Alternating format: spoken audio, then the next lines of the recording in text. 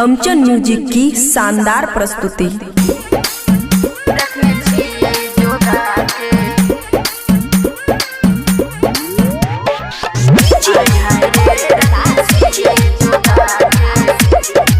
खुशी recording studio बलुआहा। चलो हटो हमरा से बना के रखे दूरी रे, हमारा नहीं समझे बाजार के पानी पूरी रे छोड़ा।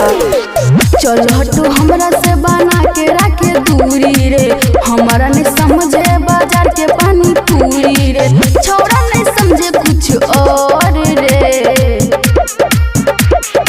जो डबल धान खाइए हमरे बलम रखने छिए बचा के। आए हाय रे तू नजर नहीं गरा रे, आए हाय रे रखने छिए बचा के। रखने छिए जोगा के।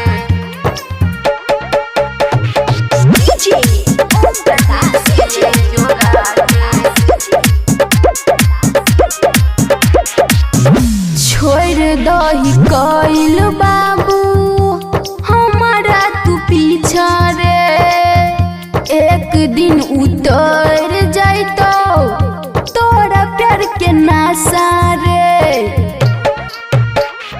एगी दुगी सुने छौरा हमरा नहीं समझ रे, छिए हम देहाती छौरी सही नहीं समझ रे। कर देबो पूरा हम सोर रे, जो डबल धान खाइए हमरे बलम रखने छिए जोगा के।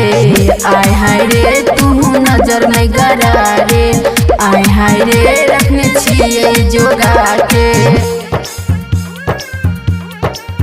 रखने छिए जोगा के।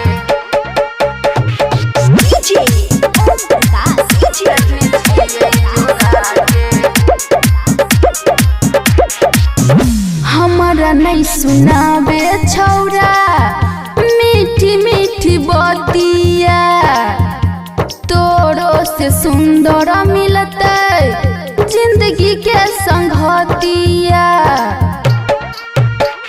बड़ मोद प्यारे लगे बात हमर मान रे, कहे छो अस्मिती रानी आई तो नहीं साथ रे। देखल छोड़ दे तू सपना रे, जो डबल धान खाइए हमरे बलम रखने छिए बचा के। आय हाय रे तू नजर नहीं गरा रे, आय हाय रे रखने छिए बचा के। खुशी रिकॉर्डिंग स्टूडियो बलुआहा।